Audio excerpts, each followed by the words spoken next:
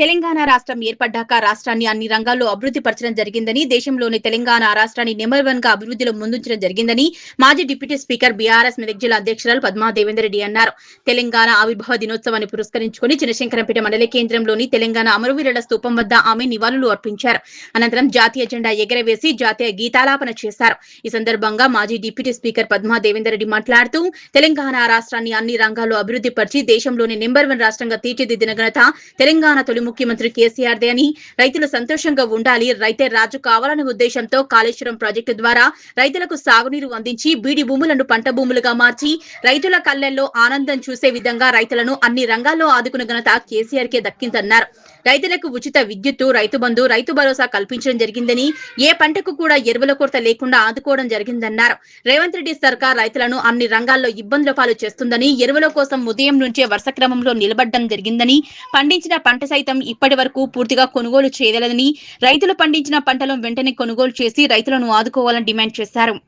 ఈ కార్యక్రమంలో జిల్లా పరిషత్ మాజీ వైస్ చైర్మన్ లావణ్యారెడ్డి, టీఆర్ఎస్ జిల్లా నాయకులు మాజీ సర్పంచ్ కుమార్ గౌడ్, స్థానిక ఉప సర్పంచ్ భానుప్రసాద్, మాజీ ఎంపీటీసీ వెంకటేశం, శ్రీనివాస్ రెడ్డి, మైపాల్ రెడ్డి, పడాల శ్రీనివాస్, స్వామిరాజ్, దయానంద్ యాదవ్, సుధాకర్ నాయక్, ఏమా చంద్రం, నవీన్ కుమార్, ఏమా శ్రీనివాస్ తదితరులు పాల్గొన్నారు. తెలంగాణ రాష్ట్ర ప్రజలందరికీ తెలంగాణ రాష్ట్ర ఆవిర్భావ దినోత్సవ శుభాకాంక్షలు తెలియజేస్తా ఉన్నాను.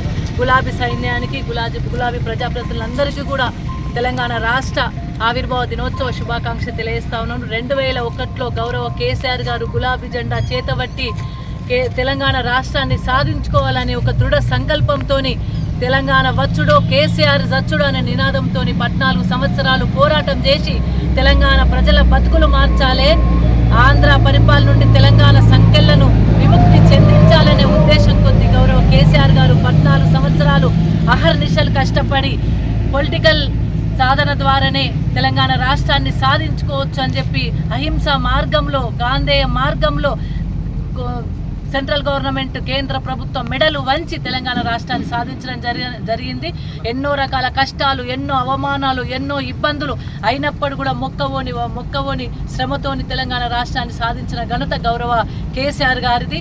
14 సంవత్సరాలు అన్నం తిన్నారో, అటుకులు బుక్కినమో, నిద్రవేనమో, నీడ కూసునమో, లేకపోతే రస్తారోకోలు, ధర్నాలు, అన్ని రకాల కార్యక్రమాలు చేసి తెలంగాణ రాష్ట్రాన్ని సాధించుకున్నాం. చాలామంది అమరులు, ఎందుకంటే శ్రీకాంతాచార్య లాంటి వాళ్ళు తెలంగాణ వస్తవో రాదో, కేసీఆర్ సార్ ఆమరణ నిరాదీక్ష అనంతరం కేసీఆర్ తెలంగాణ వస్తవో రాదని ఇబ్బందికరమైన పరిస్థితుల్లో ప్రాణాలు కూడా అర్పించడం జరిగింది. అలాంటి సందర్భంలో మరి తెలంగాణ రాష్ట్రాన్ని సాధించుకున్న తెలంగాణను కూడా 10 సంవత్సరాలు గౌరవ కేసీఆర్ గారు అనేక రంగాలలో కూడా అనేక ప్రశ్నలకు కూడా సమాధానం ఇస్తూ మరి అనేక సమస్యలను పరిష్కరిస్తూ తెలంగాణ రాష్ట్రాన్ని నెంబర్ 1 రాష్ట్రంగా తీర్చిదిద్దిన ఘనత గౌరవ కేసీఆర్ గారిది. 29వ రాష్ట్రంగా వెలిసిన రాష్ట్రాన్ని నీళ్ళ రంగంలో కావచ్చు, నిధుల రంగంలో కావచ్చు, అన్నిట్లో కూడా నెంబర్ 1 స్థాయిలో ఉంచడం జరిగింది. ముఖ్యంగా మా అక్క చెల్లెలకు మంచి నీళ్ళకు కూడా తాగడానికి నీళ్ళు లేని పరిస్థితుల్లో కూడా మంచి నీళ్ళు తెచ్చిన ఘనత గౌరవ కేసీఆర్ గారిది. 24 గంటల కరెంట్ ఇచ్చిన ఘనత కేసీఆర్ గారిది. రైతులకు రైతు బంధు ఇచ్చిన ఘనత కేసీఆర్ గారిది. రైతు బీమా చేసి రైతులను ఆదుకున్న ఘనత కేసీఆర్ గారిది. కాళేశ్వరం లాంటి ప్రాజెక్టులు కట్టి మరి సస్యశ్యామలం చేసి భూములను తెలంగాణ రాష్ట్రాన్ని మరి ధాన్యాగారంలో నెంబర్ 1 స్థానంలో ఉంచింది గౌరవ కేసీఆర్ గారు. కానీ ఇప్పుడేం జరుగుతుంది గమనించాలి. తెలంగాణ ప్రజలందరూ కూడా తాగడానికి మంచి లేక ఇబ్బందులు పడుతూ ఉన్నారు, కరెంటు రాక అవస్థలు పడుతూ ఉన్నారు, యూరియా దొరకక మా రైతాంగం లైన్లో నిలబడి ఇబ్బంది పడే పరిస్థితులు వచ్చినాయి. రైతు బంధు లేదు, రైతు బీమా లేదు, అనేక రకాల కష్టాలతోని తెలంగాణ ప్రజానికం ఈరోజు అవస్థ పడుతూ ఉన్నది. మళ్ళీ కేసీఆర్ గారే రావాలి, కేసీఆర్ గారి పరిపాలనే రావాలని చెప్పేసి ప్రతి ఒక్క పౌరుడు, ప్రతి ఒక్క తెలంగాణ ప్రజలు కోరుకుంటా ఉన్నారు. రాబోయే కాలంలో డెఫినెట్గా కేసీఆర్ గారి పరిపాలనే రాబోతా ఉంది. ఇది రాసి పెట్టుకోండి, ఇది కేసీఆర్ గారి పరిపాలన రాబోతా ఉంది. కేసీఆర్ గారి ప్రజలు కోరుకుంటా ఉన్నారు.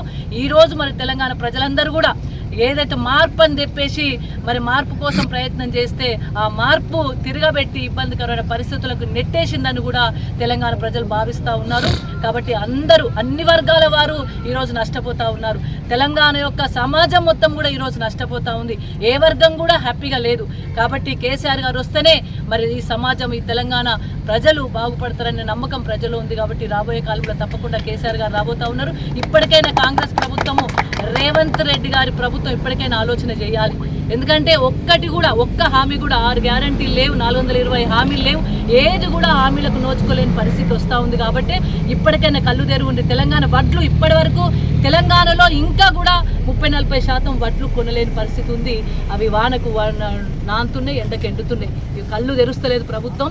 దున్నపోతు మీద వర్షం పడ్డట్టే ఉంది తప్ప ఇప్పటి వరకు కూడా ఎక్కడ కూడా మరి వాళ్లకు సరైన పద్ధతిలో ప్రజలను ఆదుకున్న పాపన పోతలేరు. తప్పకుండా రైతులు ఏదైతే గోసపడుతుండ్రో, కష్టపడుతుందో, రైతులకు ఏదైతే ఇబ్బందికరమైన పరిస్థితులు ఎదుర్కొంటారో తప్పకుండా రైతుల శాపం తగులుతుంది. ఈ సందర్భంగా తెలియజేస్తూ జై తెలంగాణ.